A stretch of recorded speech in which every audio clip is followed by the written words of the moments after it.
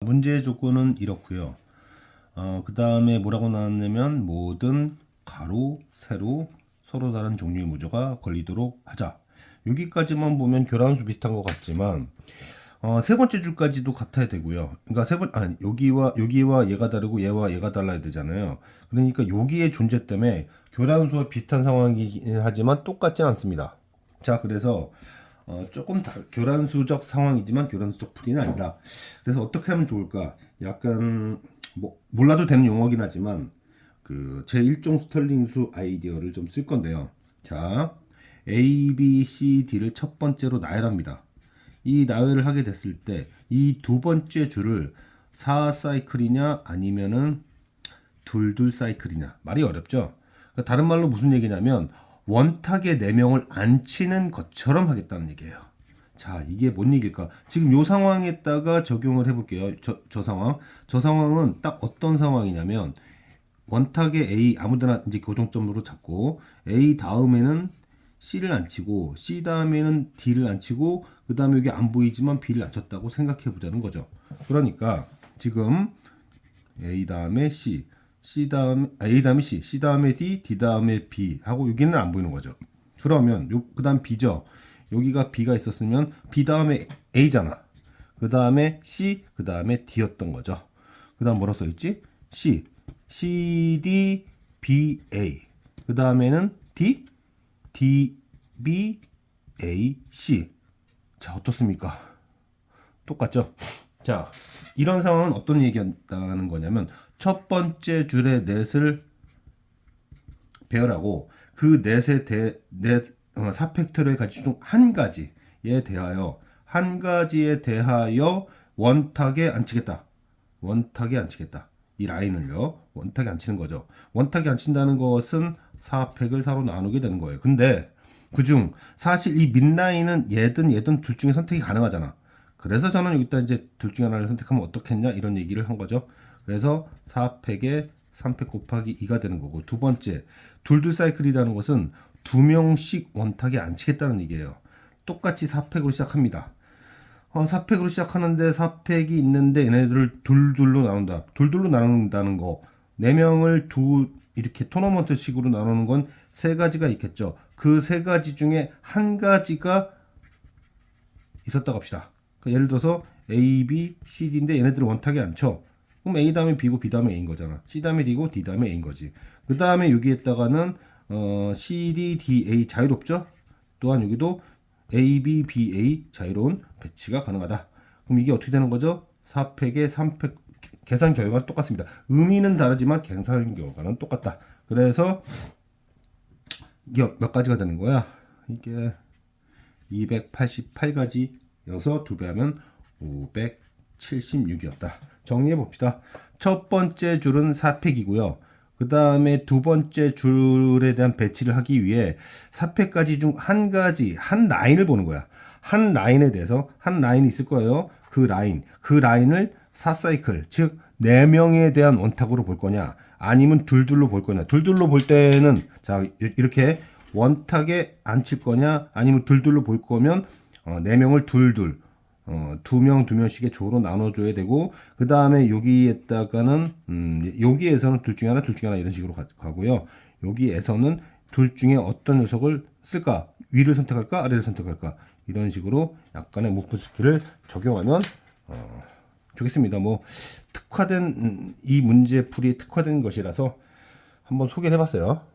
자, 이 문제는 이런 거죠. 지금 1부터 6까지를 3으로 나눈 나머지가 1인 그룹, 2인 그룹, 0인 그룹으로 나눈다고 합시다. 1, 2, 3, 4, 5, 6. 사실 이렇게 분류를 해보려고 하는 건데, 여기를 보면 이 자리와 이 자리가 오묘합니다. 이 한쪽의 합을, 모든 쪽의 합을 똑같이 만들어야 된다라고 하고 있어요. 그러면 A 어쩌고 B 어쩌고 C 어쩌고 A 하면은 여기서 A, B, C를 빼고요. 나머지 이제 하나 뺀 거예요. A, B, C 빼면 하나, 둘, 셋, 넷, 다 여섯은 1부터 6까지고 걔네들은 3S가 될 겁니다. 자, 그러면은 A, B, C가 누군지는 모르겠으나 1부터 6까지는 얼마죠? 21입니다. 그러므로 이런 얘기를 할 수 있을 것 같습니다. 어떻게 했을까요? 일단은 이 ABC 여기다 쓸까? ABC 제일 작은 게 얼마지? 집합으로 이렇게 써볼까? 제일 작은 게 1, 2, 3이잖아요. 그래서 1, 2, 3 더하면 여기가 6이겠죠. 27. 그때 S는 9입니다. 얘가 3의 배수고 3의 배수니까 3의 배수긴 한데 얘가 하나씩 뭐 여기가 뭐야? 이제 이렇게 3만큼 늘었다고 하면 3으로 나누게 되는 상황이니까 여기는 10이 될 거고요. 여기에 세 가지 상황이 있습니다. 그 다음에 여기가 12가 되면 여기는 11이 되고 마찬가지로 세 가지 케이스가 있을 것이고 그 다음에 15가 되면 12가 되면서 경우는 4, 5, 6이 되는 거죠. 그러면 여기서 9? 자, 9가 되는 게 뭐가 있을까? 1, 2, 요 어디 갔어? 요 라인을 보면 돼요. 요 라인 1, 2, 6 1, 2, 6 이거나 아니면 또 뭐가 있지? 1, 2, 6이거나 1, 3, 5가 있던가 아니면 2, 3, 4가 있던가 할 거예요. 12라고 하는 애는 12는 1, 5, 6인가? 그렇지?